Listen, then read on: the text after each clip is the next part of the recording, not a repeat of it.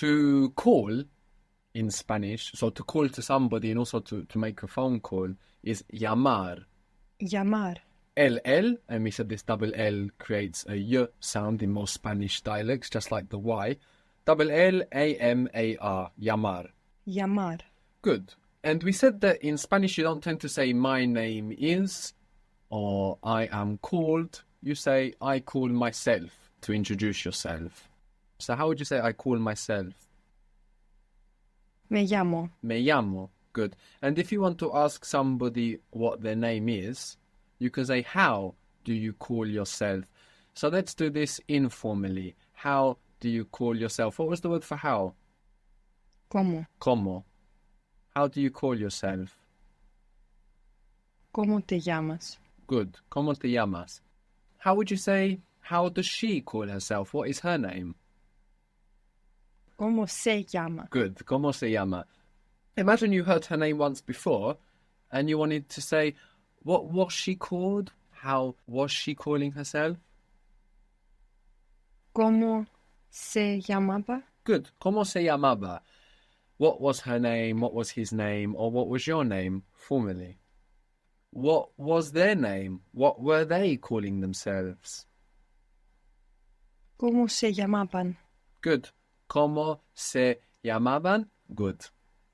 What was to have, not in the sense of haber, not the have that we use to go into the past, but the have that we use for possession? Tener. Tener. Good. And we said also that this tener is the tain that we get inside various English verbs or Latin English verbs like contain. Contain is contener. So we have this trick using tener that we can convert over some more verbs from English. So doing the same with obtain, we would get Obtener. obtener. Maintain, changed a little bit.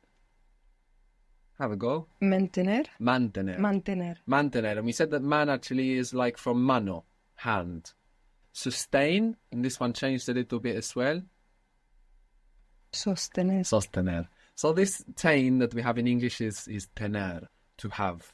So how would you say I used to have?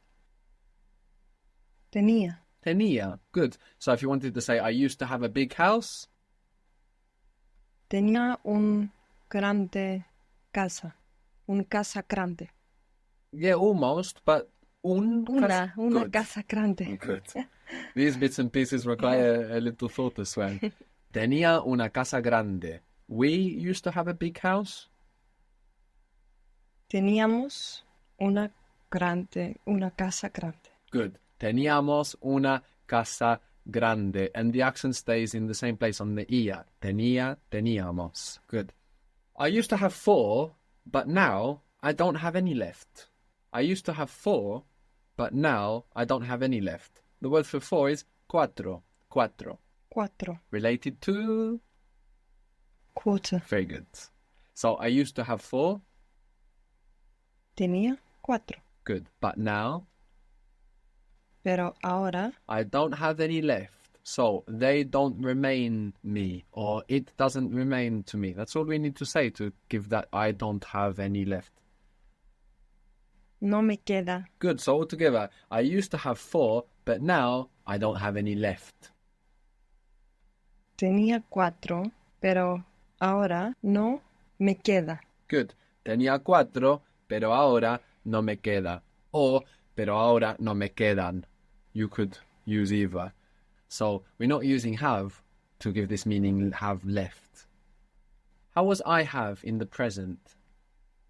Tengo. Tengo. And how did you make that I have to? I have to in the sense of I must. ¿Qué? Tengo que. So I have to see you, and they're speaking formally. Tengo que verte. Good. Tengo que verte. Now, if you want to say I had to see you, you can use this line in the past that we learned. Even though in English we're saying had, not having to, this is fine in Spanish. So I had to see you. I was having to see you. Tenía que verte. Good. Tenía que verte. Good. Yesterday is ayer, A-Y-E-R, ayer. Ayer. Good, so I had to see you yesterday. Tenía que verte ayer. Good. Tenía que verte ayer. To do or to make was hacer. H-A-C-E-R. Hacer. Hacer. Did you have to do it yesterday? Talking informally. Did you have to do it yesterday? Tenías que hacerlo ayer. Good. Tenías que hacerlo ayer. Didn't you have to do it yesterday? No tenías que hacerlo ayer. Good. And you could use this like, weren't you supposed to do it? No tenías que hacerlo ayer. Didn't you have to do it yesterday? Weren't you supposed to do it yesterday? Good. I want to look at just 3 irregular verbs that we have for this line in the past. Now, this is a very regular tense. There are very few irregularities in this tense. It's a very safe tense. And the irregularities that we have are with very small verbs. For example, ver. How was I see from ver? Veo. Veo. The same irregularity that we get in the I form in the present, veo, we get it in this line in the past. So instead of taking off and putting o, we ended up with this extra e. So veía is I was seeing, I used to see, he was seeing, he used to see, she was seeing, she used to see, or you form veía. Give me the other versions then. We were seeing. Veíamos. Veíamos. They or you guys. Veían. Veían. You informal? Veías. Good. Another irregular verb in this tense is ser. Ser. To be.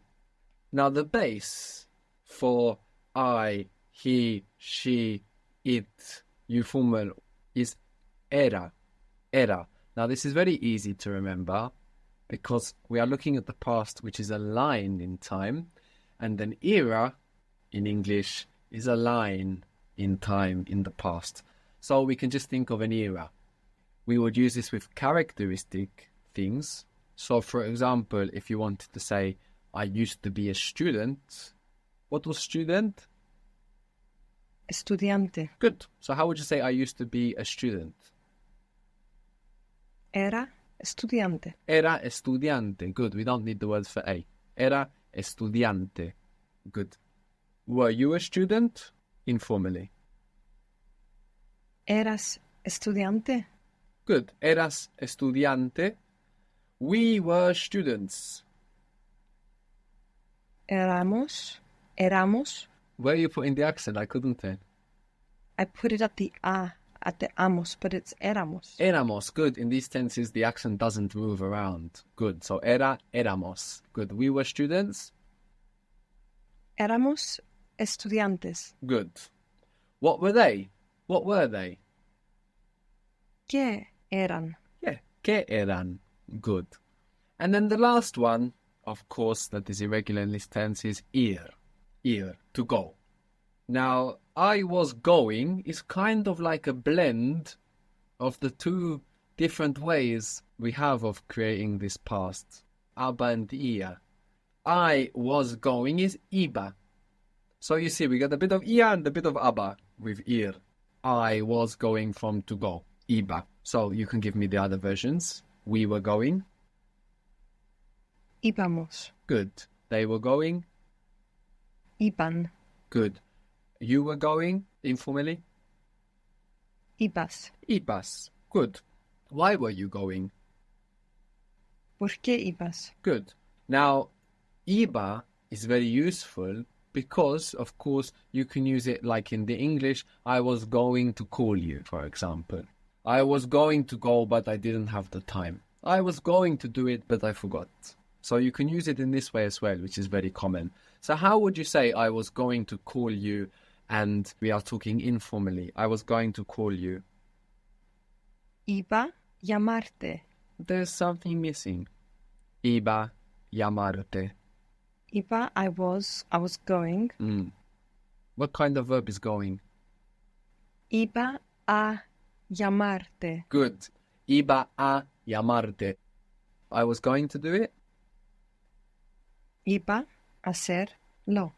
Good. And I'm not sure here if you're putting the a to connect the verbs. If I did it. Yeah. No, I didn't. I forgot. Okay, so again. Iba a hacerlo. Good. Iba a hacerlo. So actually, in fluent speech, you would hear iba a hacerlo. All of those three a's, iba, a, hacer, will blend together. So that's why I wasn't sure if you said it or not. We were going to do it or make it. Íbamos a hacerlo. Good. Íbamos a hacerlo. We were going to do them or we were going to make them. Íbamos a hacerlos. Good. Íbamos a hacerlos. Good.